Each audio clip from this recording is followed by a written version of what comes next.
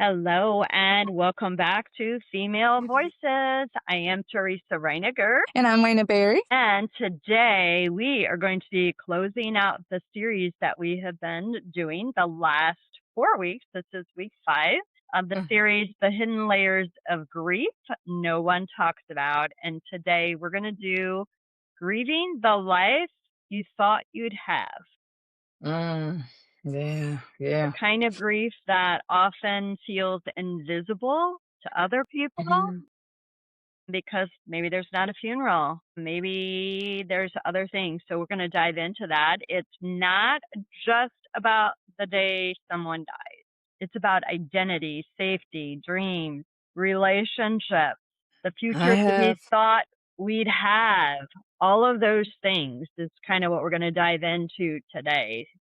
Sometimes, we're not grieving a person. We're Yeah, grieving I a got a future. You're thinking of all I the got all things. of those. Yeah, I got a story for everyone that you share. Okay, well, we're gonna we're Every one gonna of we're those. gonna hit, and we're gonna hopefully give you some tips on all that. So life that we thought we'd have. I think Mhm. everyone. I shared with someone the other day. Um, that's a daily. Like, Yes. I think when you wake up in the morning, you have ideas of where the day is going to go, what's going to happen that day, and Mm. it never goes as planned. So there's Yeah. technically, I'll say in air quotes, there's a loss and there's things that we sort of could grieve on a daily basis, because it didn't Yeah. go the way we wanted it to go that day. I think I'm grieving several things right now. One Yeah. would be my vanity. Yeah. Have this sty in my eye, and Yeah. I woke up and that was not what I wanted to do today. Or just thinking Mhm. about, like you said, with your schedule, with your day, with my electronics, they're all dead. Grieving a lot right now. But Yeah. definitely, there's multiple loss that we don't give space around. Mhm. Yeah, myself just being 46, not 25, and beautiful. That's a loss. That Yeah. that definitely is a loss. So let's dive into some of those quiet Mhm. losses that maybe you've experienced, I've experienced, like, you Mhm. know. Health is one I know we talk a lot about how stress lands on the body. Mhm. And just thinking about the autoimmune disease that I found that I had last year, Mhm. which I've had probably my entire life. Now all Mhm. my joints are doing weird things. So I got to Oh. keep mobile and keep active. So Mhm. then sometimes just thinking about my own little small challenges. I think that makes me give my mother more grace. You know what I'm saying? Of just growing older and just knowing all the changes that women Mhm. body goes through of having Mhm. children, getting older. Society's not celebrating us when we get older. Yeah. They don't celebrate the gray hair. We don't all these kind of things. We could What about celebrate you? those. Well, and I was just going to say there's just so many things. I feel like at this Hmm. point right now in my life, I am definitely celebrating my health. I have worked Good. super diligently for the last year, Hmm. and especially the last, I'm going to say 6 or 7 months. And I'm ready really to regain my strength. Hmm.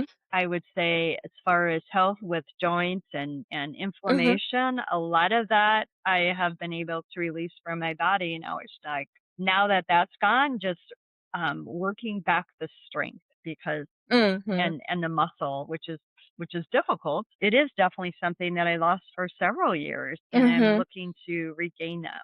But and that was What was difficult. your process though for, like you said, just feeling back balance with your health and everything? Yeah. What was that process? So for me, I've always, and I don't know if I've ever shared this on an episode, that I am Hmm. a certified health and nutrition coach, Cool. which I I did didn't know that. years ago. Hmm. Um, and did a lot with that, worked with clients and stuff with Hmm. their health. But I kind of got away from that. I mean, I still had the knowledge and I felt like, Hmm. oh yeah, I know what to do here. I know what's inflammatory in the body. And I'll Hmm. say in air quotes, I know what is put out there, what is Hmm. inflammatory to your body, which is Mhm. typically they say like 5 things like soy, alcohol, caffeine, dairy, gluten. I think those are the 5. And, Mhm. Mhm. I worked towards eliminating those, but then until I thoroughly went to a different chiropractor that Mhm. really reset my nervous system better for me, Mhm. that allowed me to then I got a test done that stand for what foods were good for my body and what weren't good for my body. Yeah. And that helped me dive into eliminating really what wasn't good for me to put in my body. Mhm. And some of the myths or some of the facts that came from that, like we've been told, like iceberg Mhm. lettuce, well, there's no nutritional value in that. Yeah, I can't eat iceberg, I'll throw up, And but I yeah. will share with you, for me, when that scan came back, iceberg lettuce was a good thing for me to eat. And it Oh. wasn't because of the nutritional value, it was Mhm. because of the water content that is held within Mhm. iceberg lettuce. Same with rice. There's Mhm. water Okay, content there. So good for my that makes body, but sense. society says, in air quotes, those aren't good things for you to eat because of Mhm. nutrition. So we can't always look at nutritional value. We need to look at what's really good. So for me, knowing what was good for me to consume and knowing what to eliminate. For me, it ended up being dairy was very inflammatory. Mhm. And so getting rid of that and getting rid of the gluten has really been a huge change for me Mm. to Mhm. regain Mhm.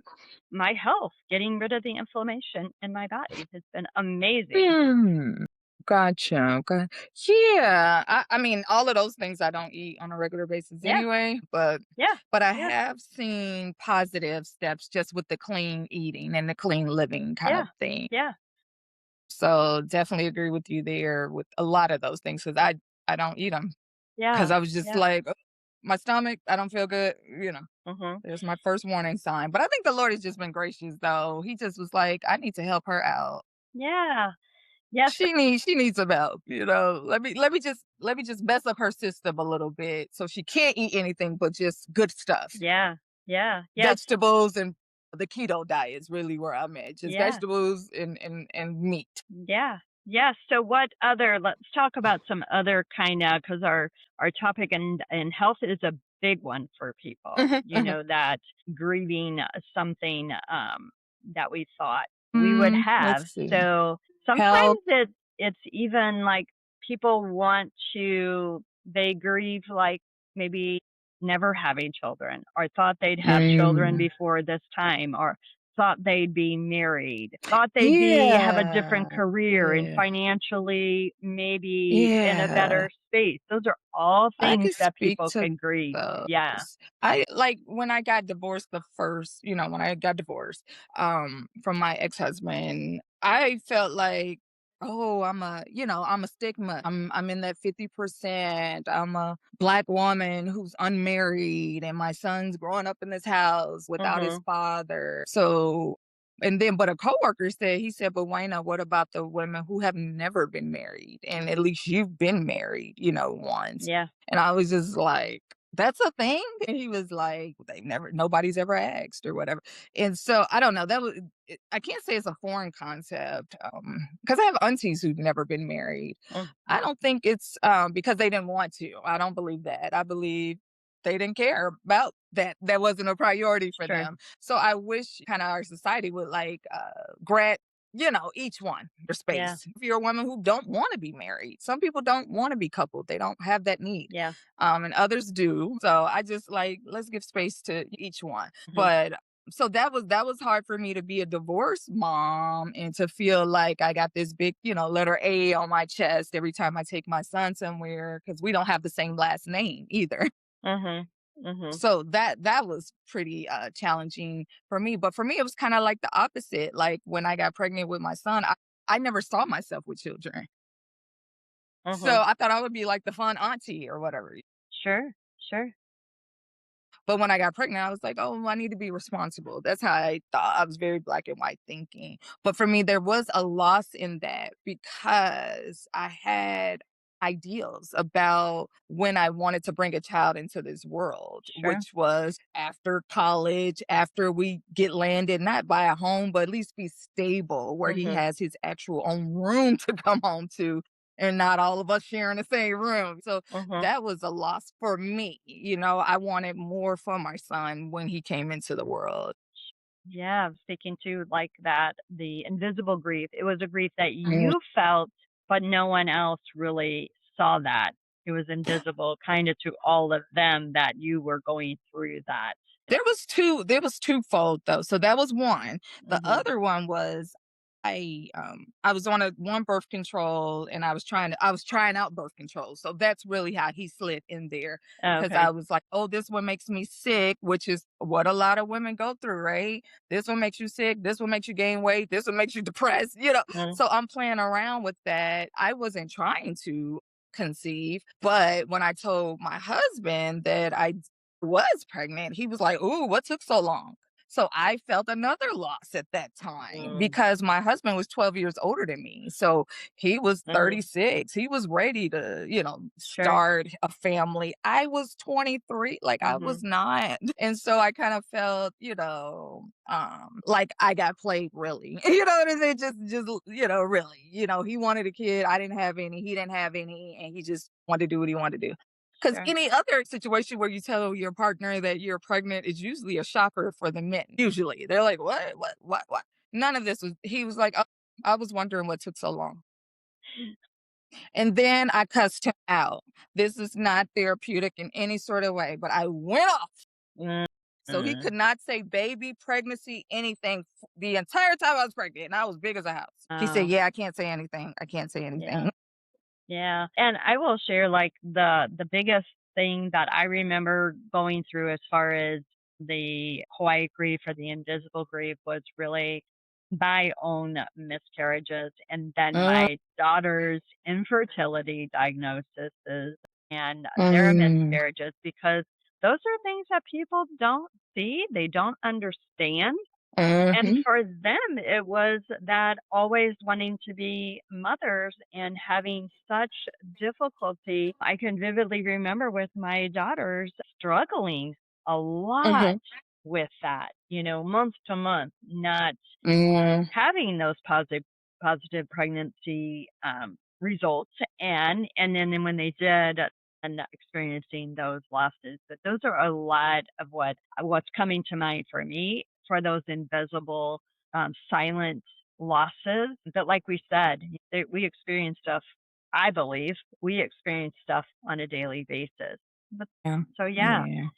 and of I course mean, for me, infertility is hard. yeah, Yeah. My yeah, girlfriend went through that. She went through that as well. And I went through it with myself when me and my second husband got married. Nothing was happening for a year. I took all the stuff and they were yeah. like, "Ugh," Yeah, don't so that's a rough it's one. hard. It's a rough Yeah, one. invisible though. Let's see, invisible, other invisible things. I think there's another invisible layer of even when your children go to school, when they all start school and nobody's at home with you anymore, and you Mhm, don't have that little person, to mhm, worry about. It's kind mhm, of like, especially for stay-at-home moms and things like that, where you kind of built your life around them for those first 3, 4 years. mhm. There's not a lot of grace giving, Right. when those, what is it? Your identity changes. Yeah, identity is a huge part of it. Mhm. Wanting to even with careers, like, I think sometimes I was just gonna say it. we go to s Mhm.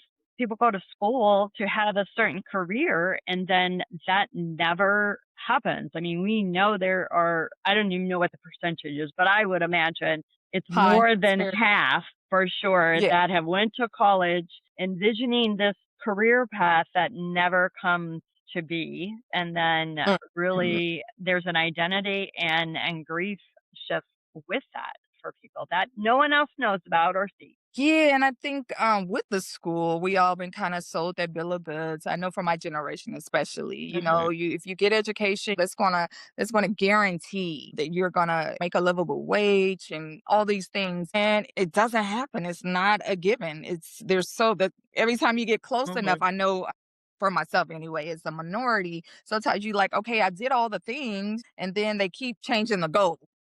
mhm. So I Yeah. finally got to the end, and now here's another obstacle as to, why I can't, like, for Mhm. myself. I got a master's degree. I got it in 1 year. I doubled up all my classes while working 7 to 7, while having my 5-year-old with me, Mhm. the whole time, and could not find a job for a year. And I applied every single day Mhm. Yeah. for a year. And it was just like, this cannot be my life, Yeah. Yeah. I think sometimes too when we enter into those sort of things and we're like, well, like who am I? Like you alluded to, like who am I? That identity. That's a really a painful question. Like who am I? And I think that what I would just like to share is it's really the beginning of rebuilding your life. When you get to the point like, who am I? And start digging into that, that Mhm. very much can be the beginning of something new because we're taking out time to really, besides this title or this job that I thought I would have, like really who am I? And so it's a rebuild, in my opinion. That is an opportunity and Mm. awareness to help rebuild really deep down, who are you? Yeah, I don't know if I had that sort of epiphany during that season. Mhm.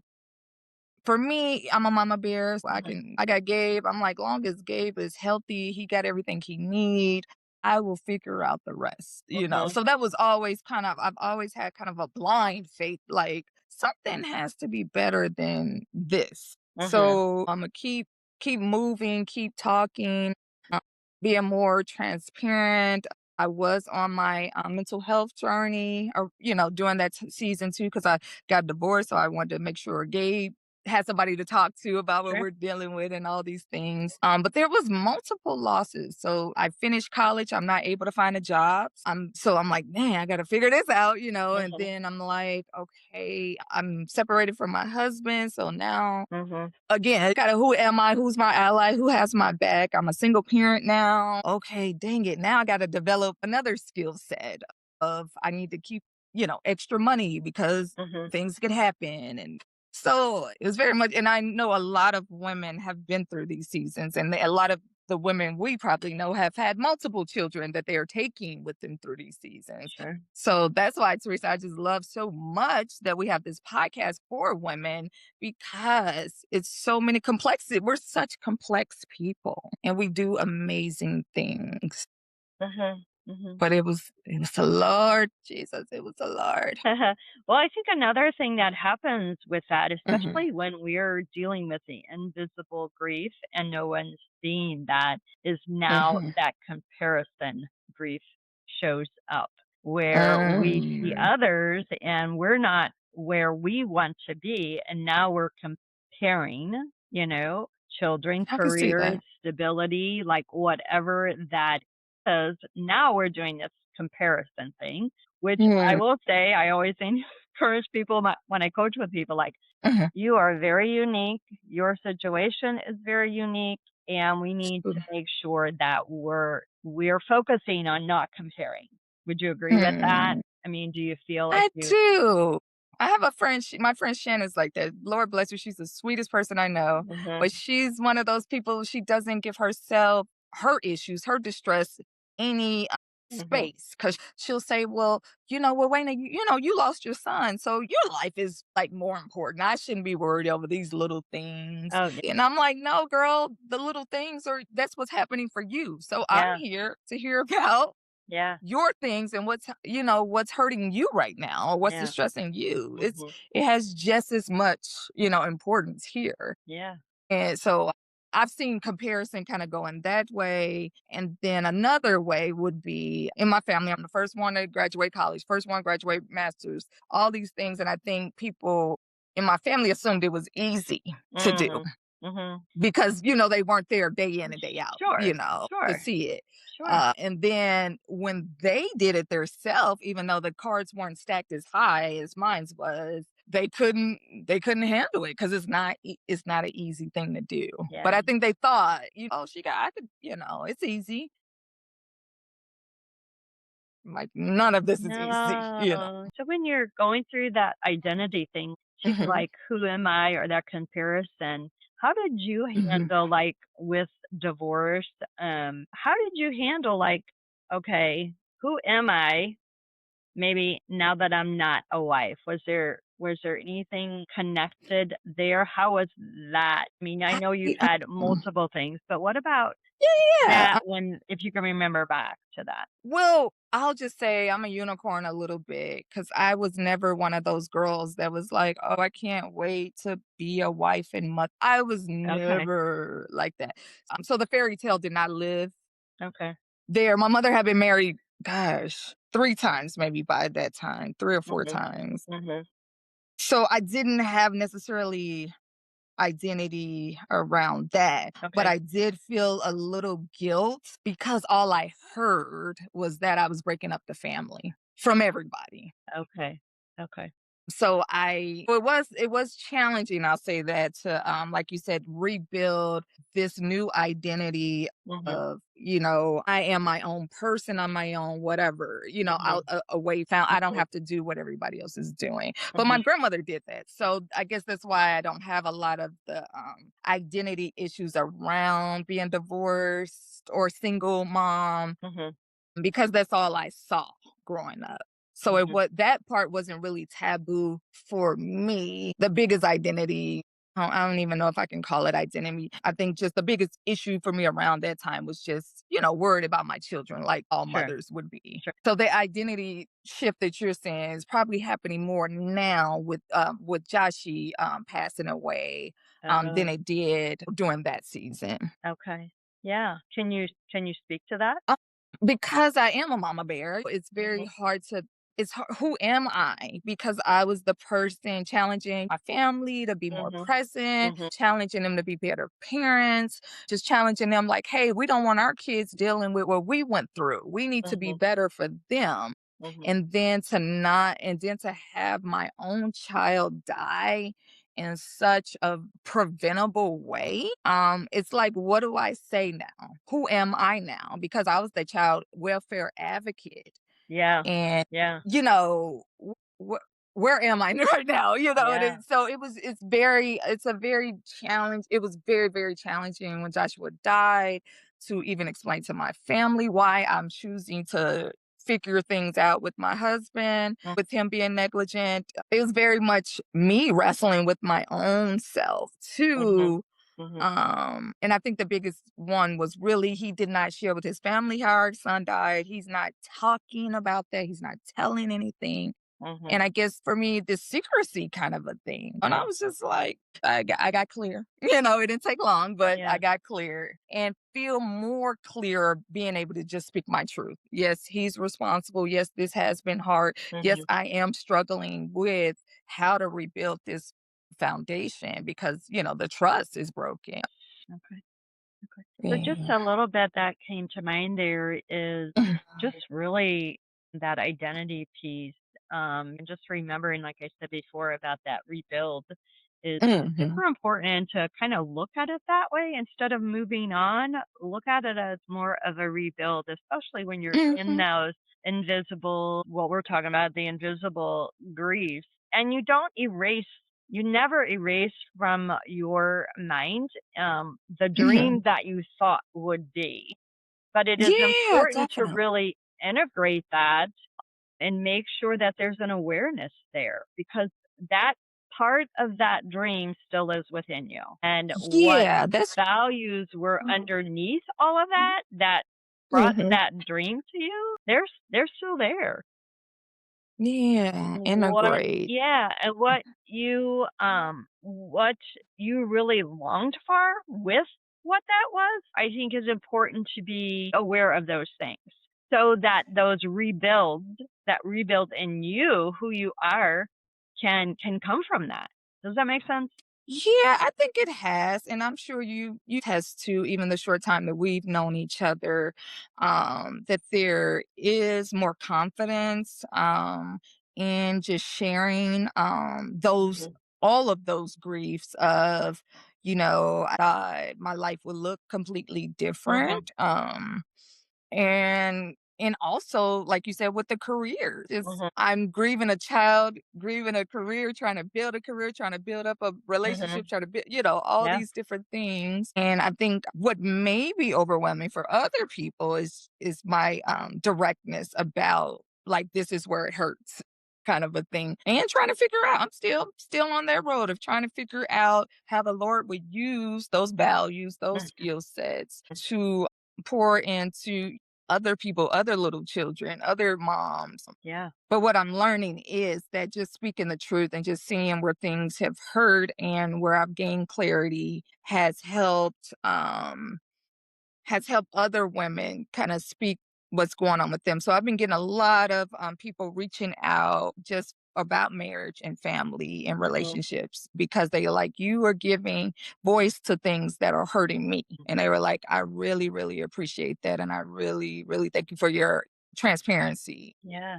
I love that. I take that as definitely, loss definitely was part of that.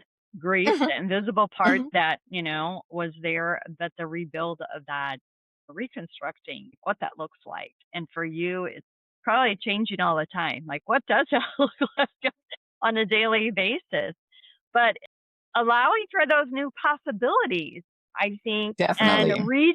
redefining many times probably what that fulfillment is and how it's Hmm. changing, Hmm. and just grieving without rushing either. That That's probably the clarity. biggest Yeah. thing, because I am a busybody. That Mhm. is, so I had to, like, no, no, we don't have to Yeah. figure it out right now. Yeah. No, that doesn't have to get done right now. Yeah. No, that can wait. Yeah. Yeah. Sit with Life. your, Yeah. be with yourself. Just Life. be with yourself. Yeah. Life doesn't always look like how we planned, in air quotes, what we thought. What kind of life can still feel meaningful for us? Really. Yeah. So Yeah. that's the journey. That Yeah. that really is the journey right there. Mhm. I sit with a lot of women who have been in similar shoes that I'm in, and support and just, finding some clarity. What can I do to take care of myself right now? For myself, it was a lot I process when I talk. So it's a lot of me doing talk therapy where I'm walking and talking, just getting it out and finding patterns, finding clarity. But it's also really exciting when you're working with moms and they're starting to pick their self first. Mhm. That is like just the most beautiful. I have one of my clients, I mean, she has been doing it. Her standards and boundaries are high in every area. She's like, no, I'm doing this. I'm choosing myself first. And it is Good. so beautiful when you see that, Good. them to be able to just, where you're not coaching anymore, you're just listening. They're like, yeah, no, I'm not doing that. And this is what I'm doing. And da, da, da. I'm like, okay, you got it. Mhm. I don't even need to do anything, you know? Yeah, but you're there to help, I'll say help facilitate that thought process and guide that. Sometimes it's just a Mhm. question that is asked as we do our work, just a question Mhm. that's asked. And really, they do the work, is what I Yes. feel like. We're just here to facilitate the thought process and help surface, because they're the only ones really deep down inside what is best for them, and That's so true. we're just there to guide along the way. Of course, if somebody's doing something that, isn't healthy, I'll guide them a different direction from where Mhm. they're Mhm. going. But for the most part, they know what it is that is best for them. It's just getting that to surface for them, which is Yeah, beautiful they when it does. might. I've dealt with, I see a lot of teens too. So some of it is, this is the first time this has ever happened to me. So I have no clue. I have no context Mhm. for what I'm supposed to do in this situation. I said, but you know how you feel. You know how it made you Exactly. feel. So it either made you feel good or it didn't, one or the other. Yeah. So I have a Let's see. couple for the listeners. I want a couple Hmm. questions that I want to put out there for them to consider, Hmm. to think about. And you can jump in there too if you want to answer these, but I want the audience to really kind of answer them for themselves Hmm. too. So, Okay. what future are you mourning? So I want our Hmm. listeners to think about that. And Hmm. what part of you is still alive underneath all of that? Okay. Let me think about it. I am mourning my baby boy's future, Yeah. especially because we worked so hard. We worked so hard, Mhm. with him getting that $2.1 million surgery and all these things. Mhm. So I'm mourning that. I'm mourning my own self because he, not saying that I did a poor job with Gabe, Gabe's my oldest. Mhm. But that was my first time being a mom. I did the Mhm. best I could and he's amazing. But I was like, okay, with my baby boy, I know better, so I'm gonna do better, right? Mhm. I'm gonna Mhm. be more patient. I'm gonna make sure I have more Mhm. time. I'm gonna make sure I'm more present, for him. And he's going to get this foundation of a mom and a dad and grow up, and that's what I, sought for him. And that's why I worked so hard for him. So I'm mourning that. I'm mourning my stepkids. Before I married my second husband, I was divorced for 10 years. And so I got really excited about being a mom again, about pouring into more children, just being supportive and serving my family like Mhm. that. Like I got so excited about the possibility. So I'm kind of mourning them too as Okay. we are on the other side of this grief journey. And what I kind of wanted to be there for them in a certain kind of way too. Mhm. So I'm mourning those things. I'm mourning what I thought my marriage was and the Mhm. reality of what it is now. Mhm. So it's a lot of transitions. It's a lot of those things.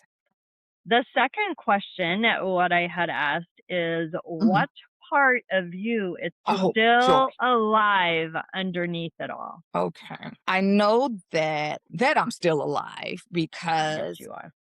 anytime, fully though, not just in survival or whatever, but Mhm. anytime I see little babies, I just am filled up. And ever since Joshua passed away, every baby I see wants to talk to me. Mm. They've never met me. They've never seen me. It doesn't matter what color. Uh, It doesn't matter anything.